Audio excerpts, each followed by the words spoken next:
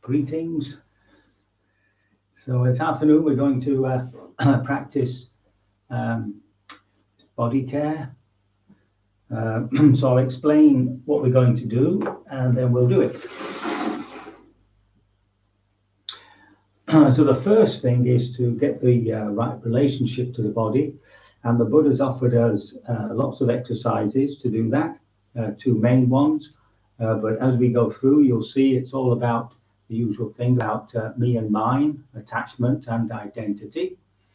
And then once we've corrected that relationship to the body, we can turn the metta that we did yesterday afternoon towards the body itself. And then we can open up, very much like Reiki. In fact, I would say it's the same, but the tradition is taken from the Tibetan tradition of the medicine Buddha. The practice is taken from the Tibetan tradition of the medicine Buddha, and then we can share it. If you've got people in the house, you can share it with them, whether they know that or not, or your neighbors, and then we can share it to all beings in all directions.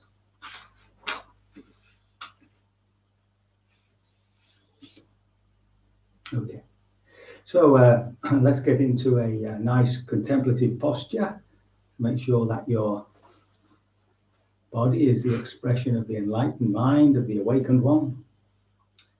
Just that energy coming up the spine. Spending a moment just relaxing.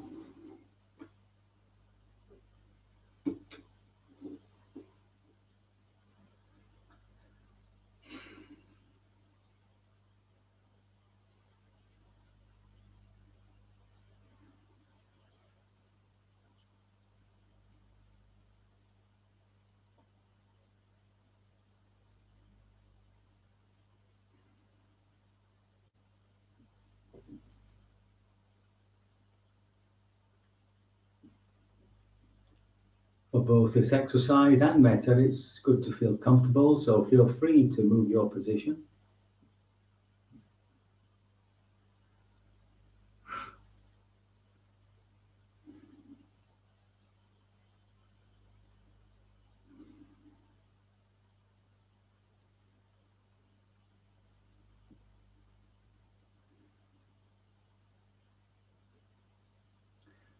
So our first contemplations are to undermine the sense of my body, possessive. We'll say something like, I have a headache, but I am ill. So sometimes we have a body and sometimes we are the body. So one of the reflections that the Buddha gives us is on the foulness of the body. So what I'm going to do is mention some of the obvious ones, and as I go down through the body, just catch your reaction. And the reaction, of course, is one of disgust. Now, disgust is natural when it comes to taste. If you put something in your mouth which is off, then we should be able to tell that's bad for us and we want to spit it out. But disgust as a relationship to the foul parts of the body, that's something we learn. If you were in the medical professions, of course, you'd have to get over all that. So just starting at the top there, tears, wax in the ears. So as soon as I mention it, you see, you've got to catch your reaction. Nasal fluid, saliva, catarrh, blood, contents of the stomach, which if they came out, we'd call vomit. Diarrhea in the lower intestine, the intestines. Stools. urine, sweat. Not a pretty list. So go back to the one which you just felt that bit of disgust for, and just stay with that for a moment, and just keep asking yourself, is this necessary?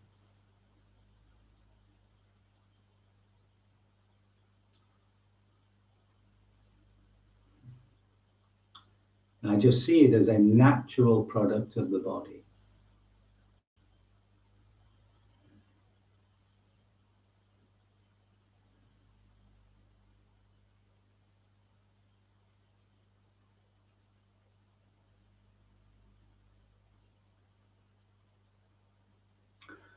Now we have another relationship to the body, and that's to do with beauty. So often, unless you happen to be supremely beautiful, a Hollywood star or something, most people would not be satisfied with their bodies one way or the other. So just catch your face in the mirror. And what do you say about it? What's your opinion?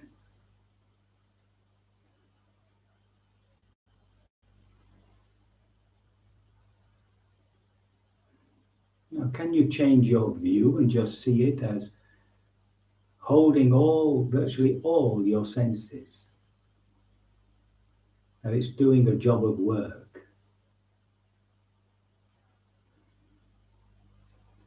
And this is what we are born with.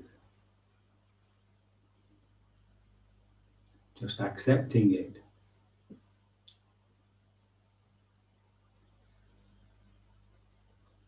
The importance is, of course, that we often have our self-esteem is often affected by how we feel, we look in other people's eyes. What about the whole body, your whole body in the mirror?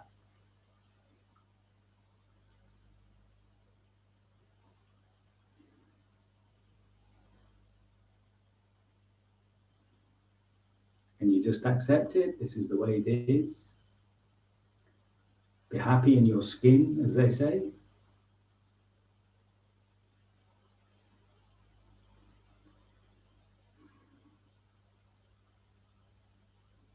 So beauty is a social construct.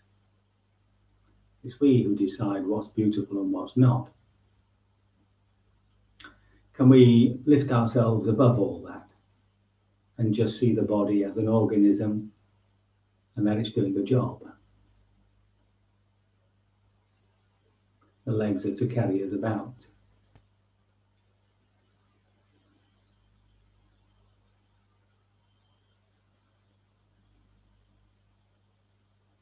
This contemplation, helps us just to accept the body as it is, and of course, as it grows older.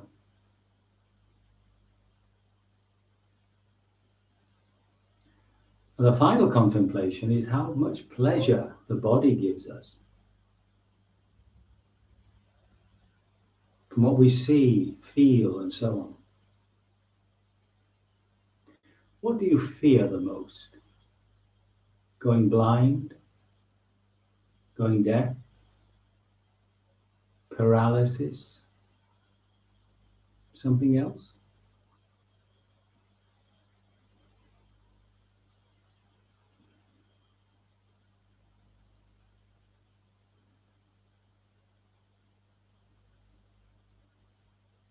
So now that's the fear of loss of something we're dependent on for happiness.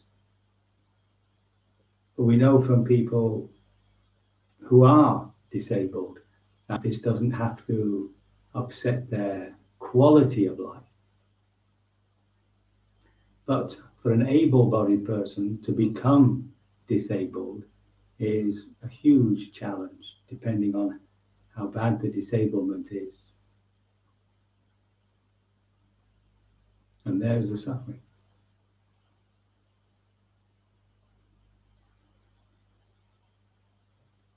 So using these contemplations to undermine this false idea of the body being mine, somehow I possess it, control it completely, but more in the sense of working with it.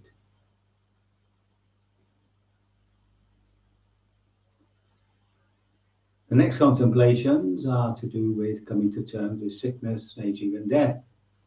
And these, of course, were so-called messengers from the gods that awoke the Buddha to his search.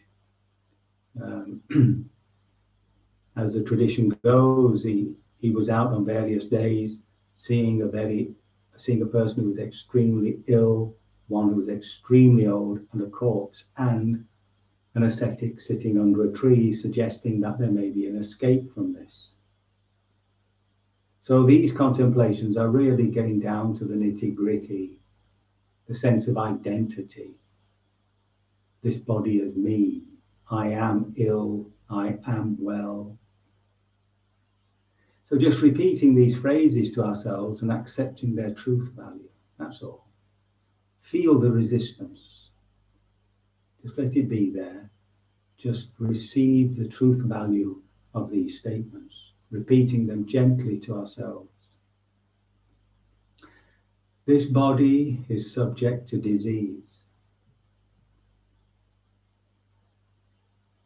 This body is of a nature to fall ill.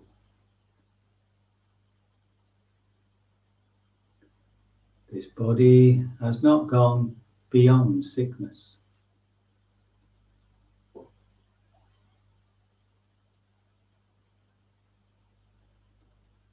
This body is subject to aging. This body has not gone beyond aging.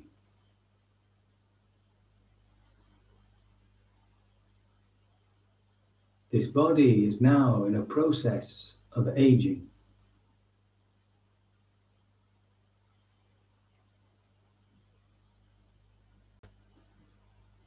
This body is subject to death.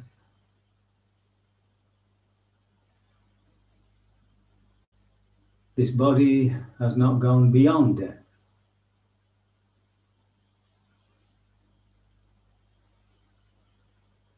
This body will die.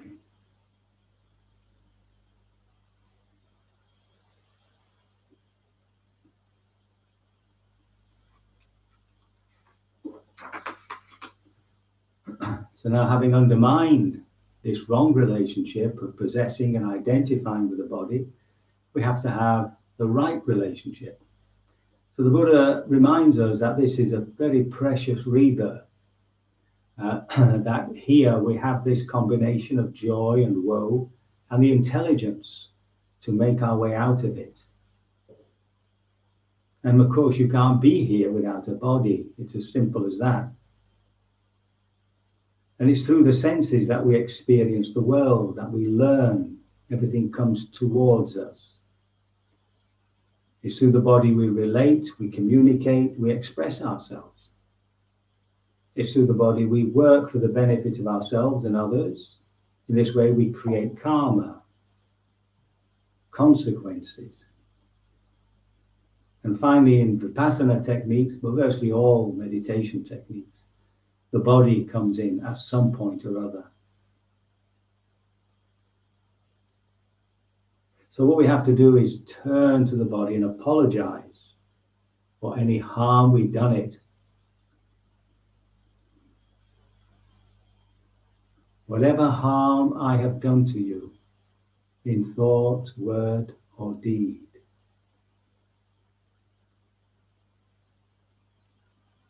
by way of greed, hatred, and delusion,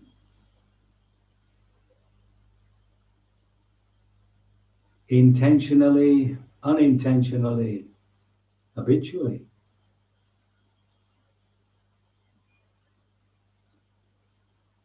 I'm sorry for it.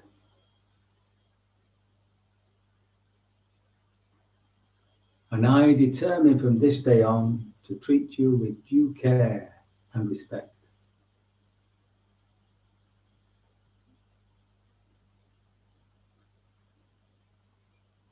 So now, having corrected in some way our relationship to the body, we can now turn that metta, that goodwill that we were practicing yesterday, towards the body itself. So remember, what is this body but a collection of billions of cells, each one quite individual, all doing their little tasks. And all we're going to do is saturate them, drench them with our goodwill. And this is done so infrequently, and I'm sure that when they do feel our love towards them, they want to just jump up and down with joy. So let's begin now. First of all, you have to find a phrase which expresses for you healing or invigorating. May you be free of sickness and disease. May you be well and strong. It could be that, or just choose one of your own.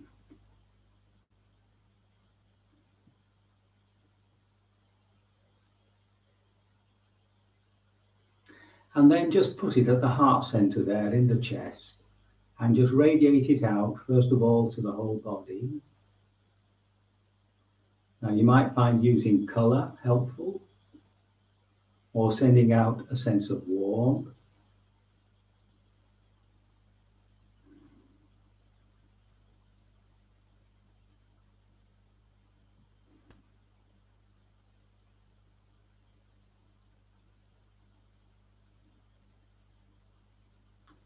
Or it's just good enough just to say the phrases.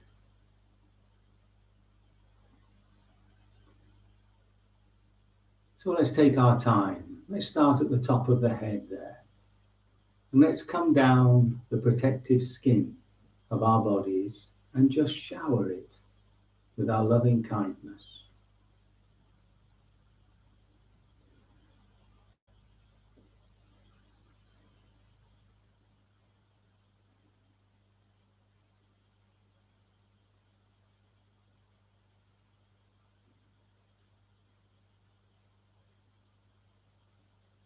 All the way down to the toes.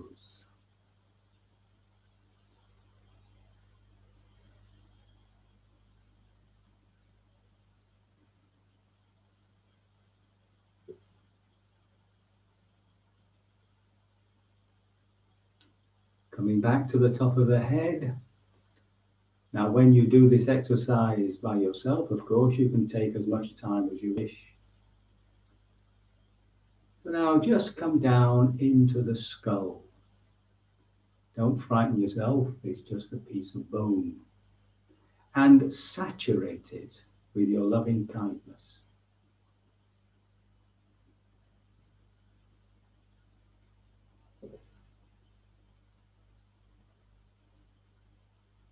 And then down the spine, the arms, all the way down to the toes. Just following the skeleton all the way down.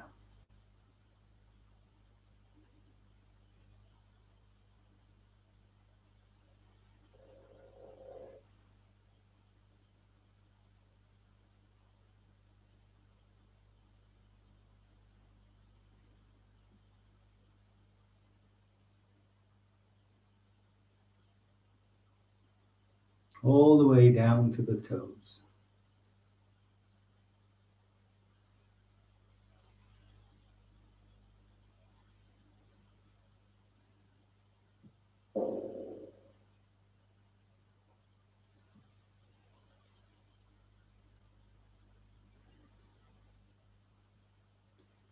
And coming back to the top of the head.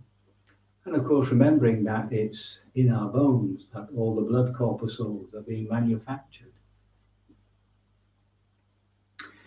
Drop down now into the brain and pour your loving kindness into that area. Brighten it up, light it up.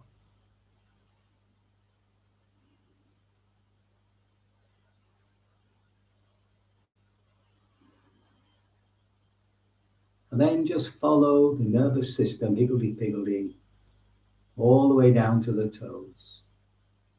It's just like a big jellyfish.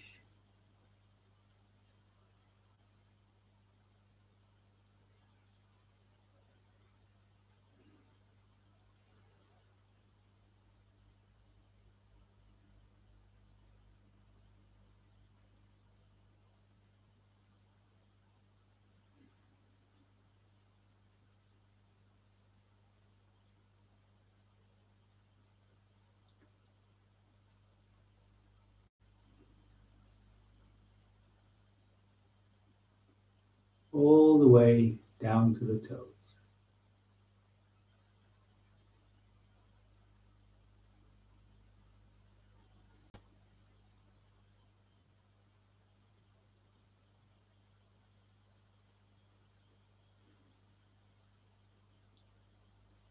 Coming back now to the head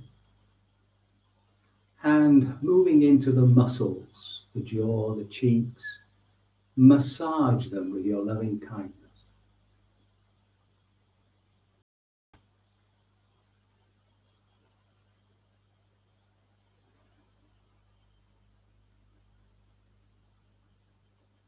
And then just make your way down the musculature of the body.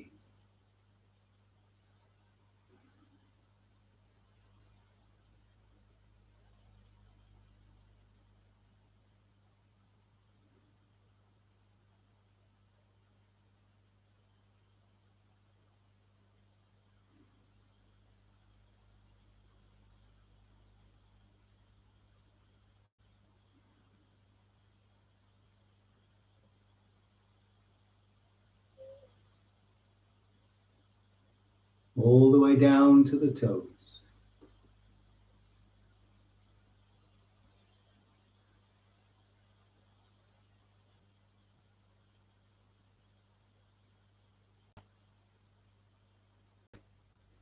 Coming back now to the head and blessing the senses. Offer your blessings to your eyes,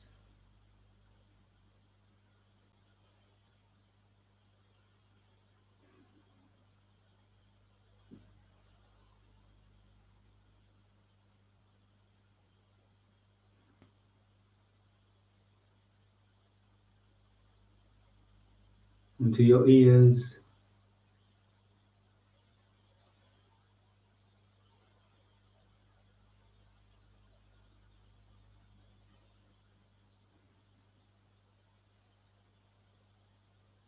to your nose,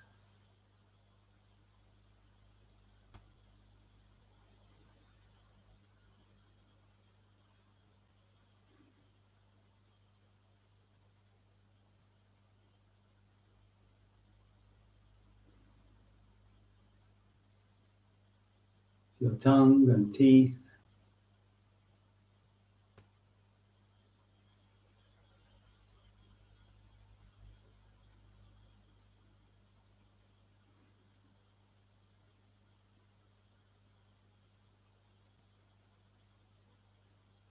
coming into the throat, to the voice,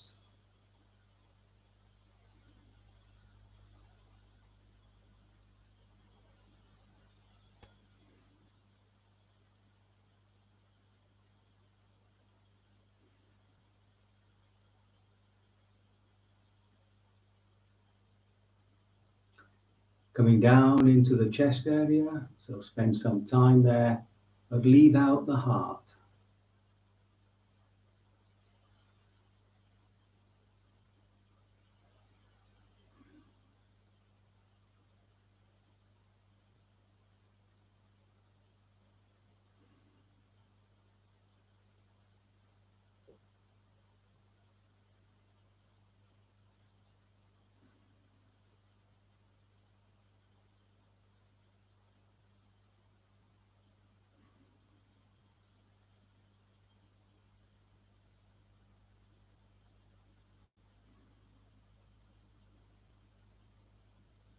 Turning towards the heart, pour your loving kindness into that organ.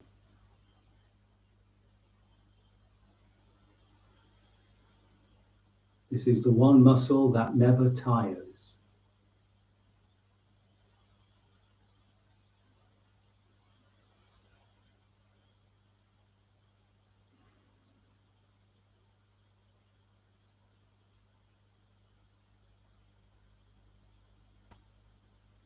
And then follow the blood any which way round the body, bringing its warmth and love to all parts.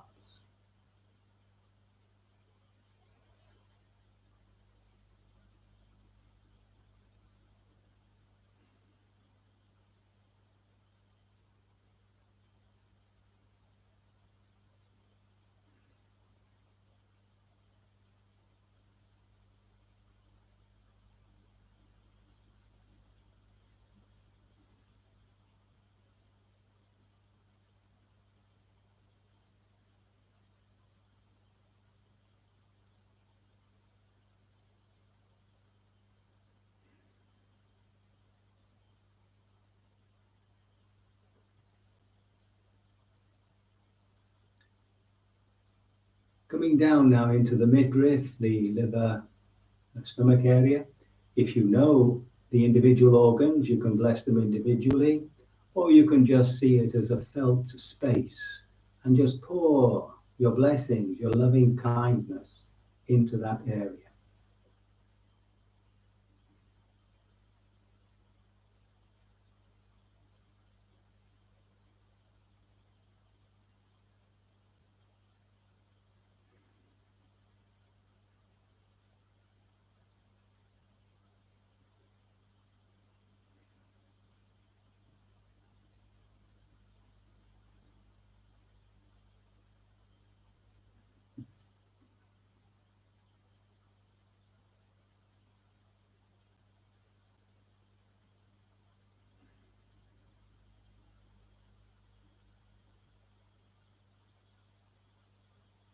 Moving down into the abdomen with its various systems. So again, you can spend time with each system or just see it all as a felt space. Pour your loving kindness into that area.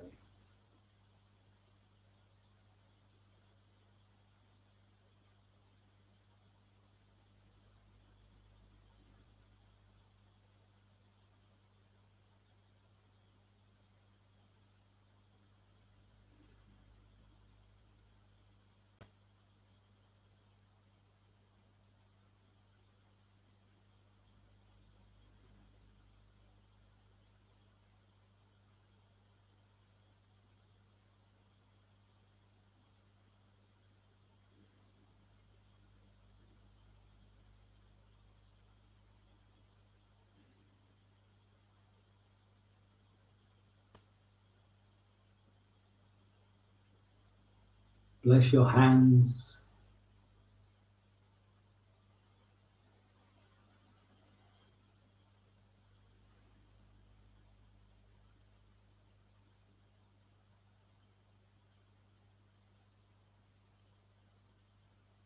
Bless your feet.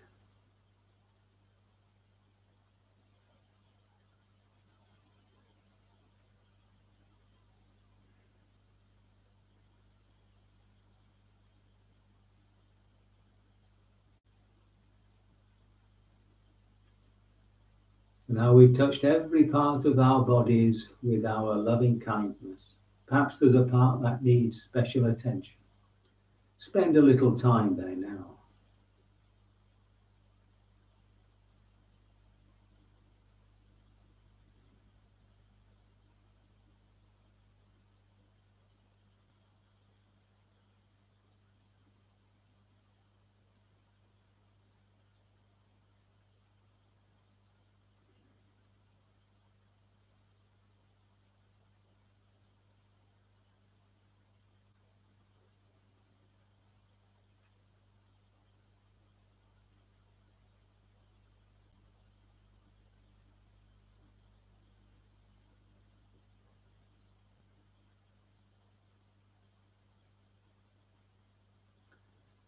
So now we can open up to other energy. This is much the same as Reiki. Here we have to invite the energy into us. So that's much the same as the way Brian was doing it.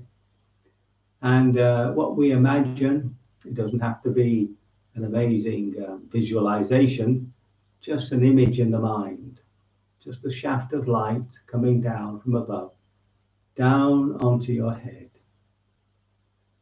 Now you have to give it a color, one that you feel is healing or invigorating.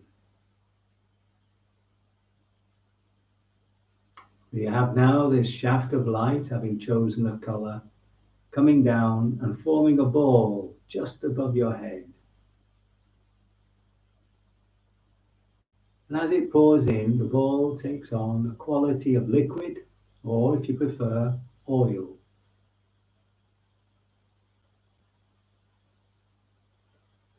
It's either cool or warm.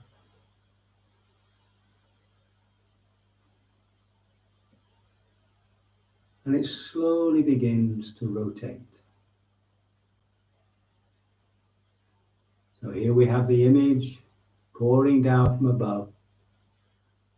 this shaft of light, which has a color, pouring into this ball, which has a feel, liquid, oil, warm, cool, and it's just gently rotating. Can we now lower it slowly just on the scalp and see if we can feel those sensations?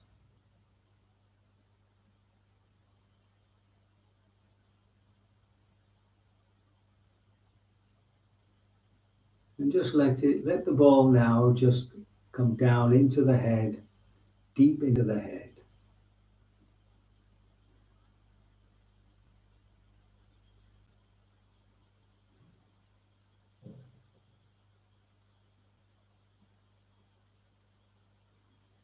And into the throat.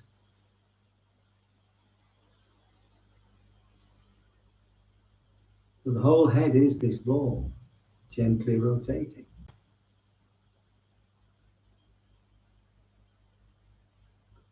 Still pouring down from above this shaft of light. Let the ball lengthen out over the shoulders and slowly make its way down the chest. Don't forget the spine and the arms.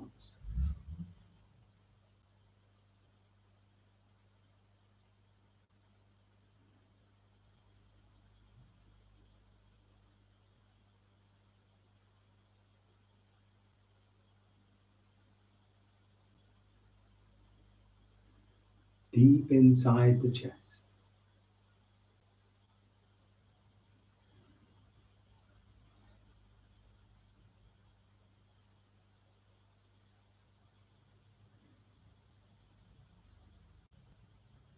Still pouring down from above, down through the head into this ball, gently rotating around the chest. Let it sink a bit deeper into the liver, stomach area. Don't forget the spine and the arms.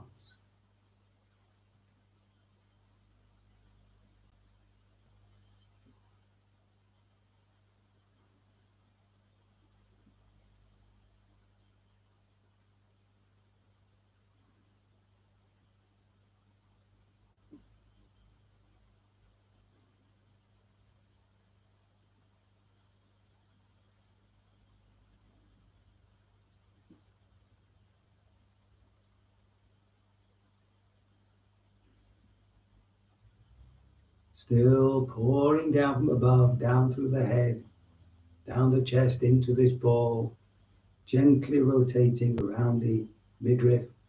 Let it keep going down into the abdomen. Don't forget the spine and the arms.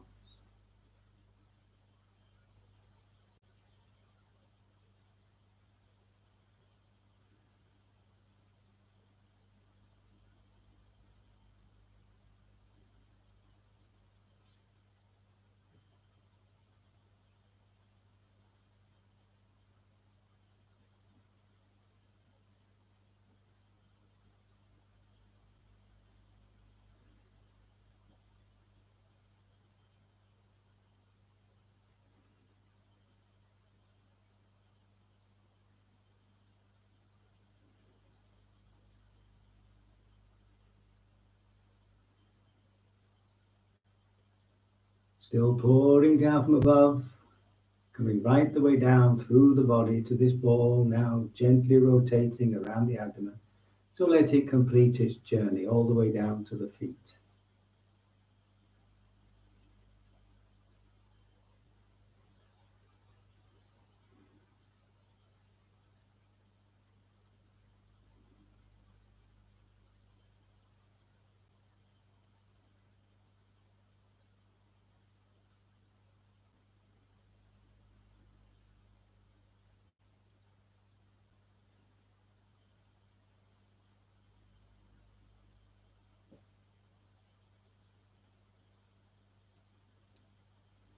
Ball now is gently rotating around our feet or legs if you're sitting cross-legged.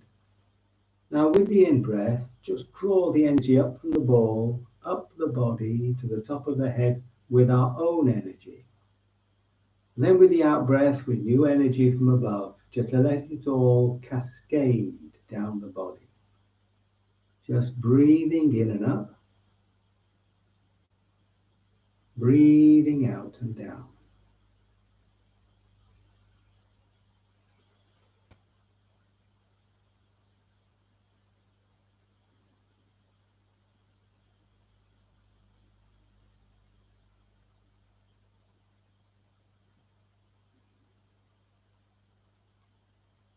The feel of a wave motion.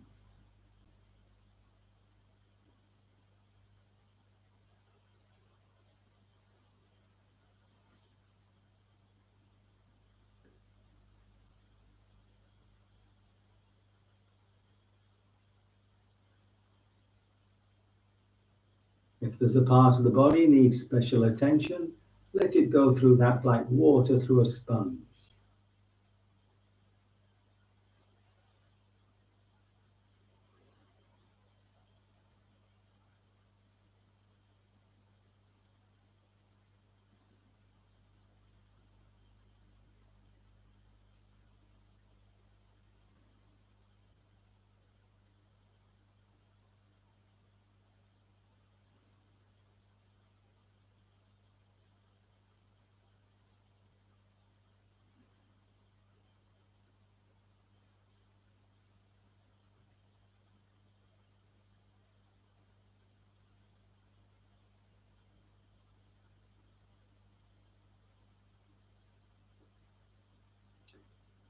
So now we can offer this energy to others. If you're living with somebody in your house, you can include them. If you're by yourself, you could include your immediate neighbors. And here we're just breathing in that energy into the heart center. So it's the energy from above and our own energy, and we're offering it out to whoever is close to us. So again, just breathing in and breathing out. And with it, you can offer blessings. May you be free of sickness. May you be well. May you be strong.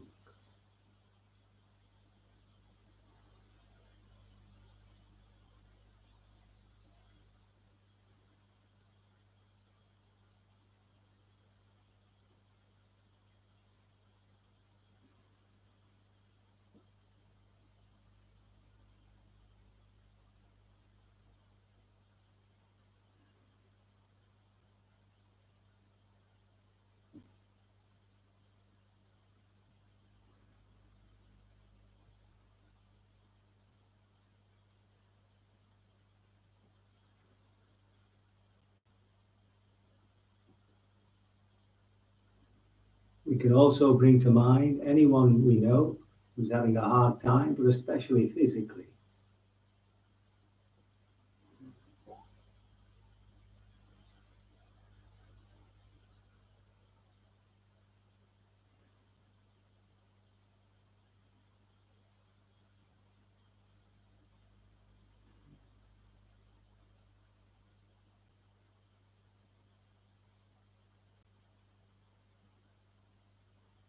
I'd like to mention Rob Berbia, who seems to be approaching his final days.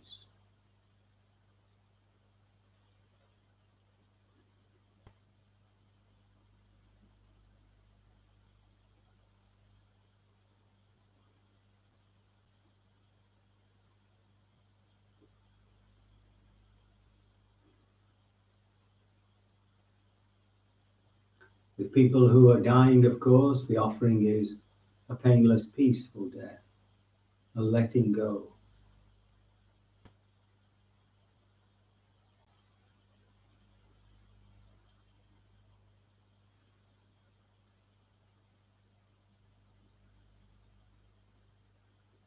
Since this is uppermost in our minds at the moment, we can also include all the victims of COVID-19.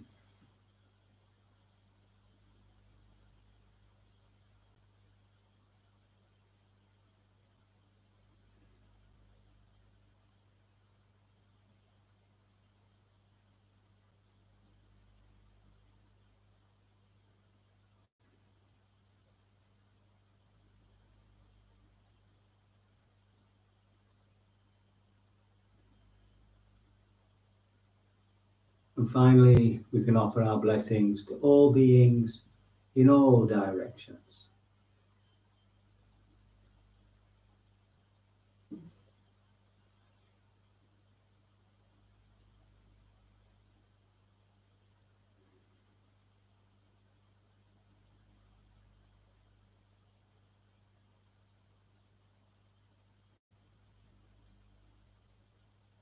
May all beings be free of physical pain.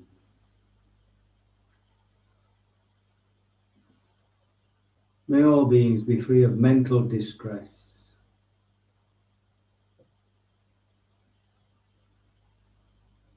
May all beings be liberated of all their sufferings.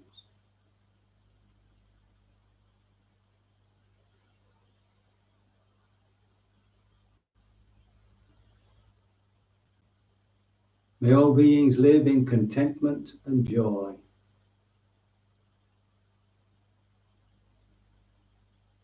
May all beings live together in peace and harmony.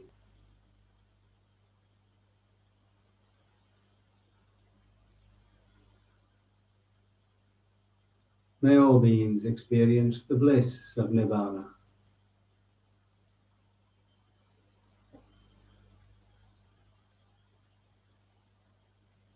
May all beings be happy.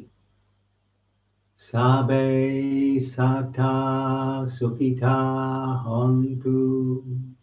Sabe sata sukhita hontu. Sabe sata sukhita hontu. Sadhu, sadhu, sadhu.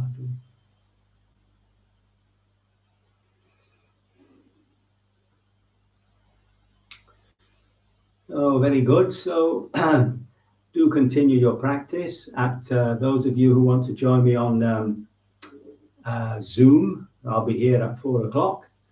Otherwise, keep putting in those hours and hours of meditation. I believe when Milarepa, the great Tibetan saint, was asked by his student what it took to become fully liberated, he took his pants down and showed him the calluses on his bottom. So we have a lot of work ahead of us. So I shall leave you to your meditations and hopefully see most of you, or some of you anyway, at 4